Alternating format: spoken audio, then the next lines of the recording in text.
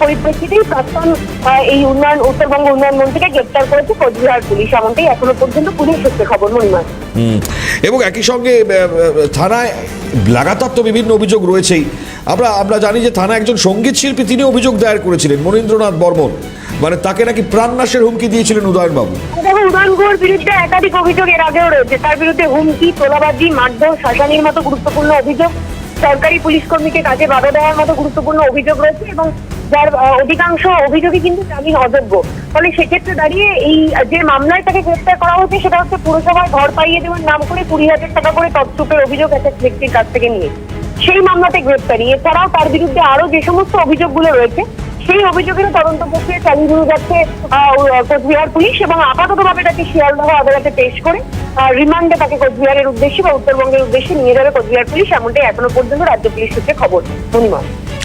ধন্যবাদ অবিরূপা সাহা, আমাদের প্রতিনিধি যেমনটা জানাচ্ছিলেন। খুব তাৎপর্যপূর্ণ এই মুহূর্তের এই গ্রেপ্তারি এবং দাপুটের তৃণমূলের এই নেতা লাগাতার যা অভিযোগ প্রাক্তন এই মন্ত্রীর বিরুদ্ধে রয়েছে, তোলাবাজি থেকে শুরু করে শাসানো, ধমকানো, হুমকি, চমকানো, লাগাতার অভিযোগ রয়েছে।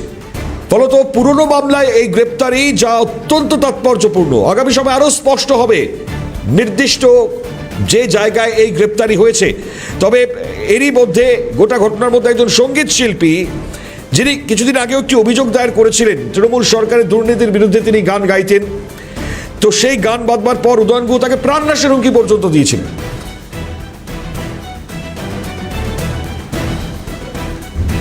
আমাদের সঙ্গে এই মুহূর্তে কেন্দ্রীয় প্রতিমন্ত্রী সুকান্ত মজুমদার টেলিফোন লাইনে রয়েছেন। সুকান্ত বাবু, এই মুহূর্তে উদয়ন গুহর এই গ্রেপ্তারি কিভাবে দেখছেন? নতুন কিছু নয় যে তৃণমূল কংগ্রেসের নেতা তোলাবাজির দায়ে ধরা পড়েছে।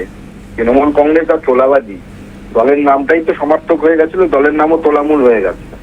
আর এই উদয়ন গুহ দিনহাটা সহ সমস্ত কোচবিহারের সবচেয়ে প্রসিদ্ধ গুন্ডা, আমি বলবো রাজনৈতিক নেতা নয়, এরা গুন্ডামি করতো, মানুষের উপর অত্যাচার করতো, এবং যেভাবে বিজেপি কর্মীদের বাড়ি ভাঙা হতো, বিজেপির কর্মীদের উপর আক্রমণ হতো, আমরা গিয়ে গিয়ে দেখেছি। আমি রাজ্য সভাপতি যখন ছিলাম, আমি কুচবিহারে গিয়ে আমার ভাঙা কর্মীর বাড়ি দেখতে হয়েছে আমাকে। বাড়ি আমাদের তৎকালীন সাংসদ বর্তমান মন্ত্রী, তার সাথে গিয়ে আমি সেটা দেখতে বাধ্য হয়েছি।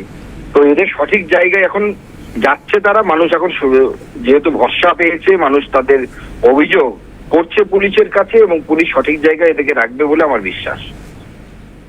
ধন্যবাদ সুকান্ত বাবু আপনাকে। কেন্দ্রীয় শিক্ষা প্রতিমন্ত্রী সুকান্ত মজুমদার তার গুরুত্বপূর্ণ প্রতিক্রিয়া এই মুহূর্তে এই গ্রেপ্তারির প্রসঙ্গে। আমরা এই প্রসঙ্গে বিধায়ক সজল ঘোষের সঙ্গে কথা বলেছিলাম, তিনি ঠিক কি বলছেন শুনুন।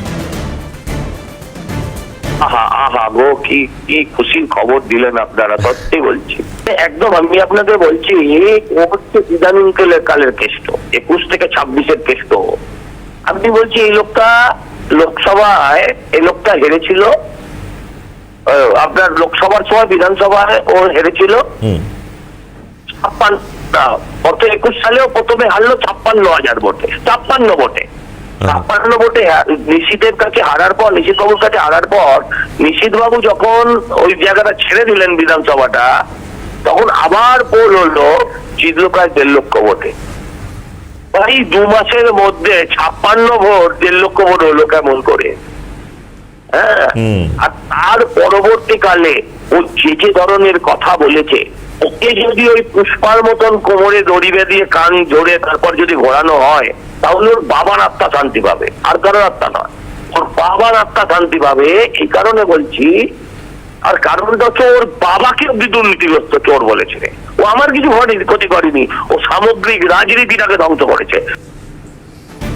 অর্থাৎ এই গ্রেপ্তারি থেকেও স্বাভাবিকভাবেই বিজেপি নেতৃত্ব তারা কিন্তু স্পষ্টত বলছেন, কারণ যেভাবে এই উদয়ন বাবুরা লাগাতার তোলাবাজি, হুমকি, যেভাবে মানুষের সঙ্গে ব্যবহার করে গিয়েছে, বিশেষ করে রাজনৈতিক গত প্রসঙ্গের জায়গায় বিরোধীদের ওপর যেভাবে আক্রমণ, এই মুহূর্তে দাঁড়িয়ে মন্ত্রী নিশীথ প্রামাণিক আমরা দেখতে পেয়েছি, যেভাবে খবরের শিরোনামে উঠে এসেছিল, সেই সময় লাগাতার আক্রমণাত্মক পরিস্থিতি তৈরি হয়েছিল।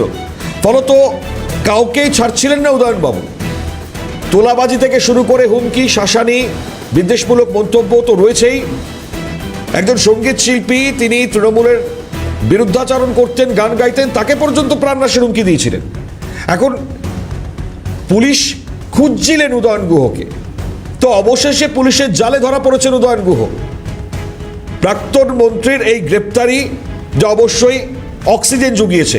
এখন প্রশ্ন হচ্ছে গিয়ে আমরা দেখতে পাচ্ছি যারাই গ্রেপ্তার হচ্ছেন শাসক দলের তাবড়োরা তারা প্রত্যেকেই ডিম থেরাপির মধ্যে দিয়ে যাচ্ছেন। এখন এক্ষেত্রে থেরাপির প্রয়োগ হবে কিনা আমরা জানি না, সাধারণ মানুষ তারা কি করবেন তারাই বলতে পারবেন।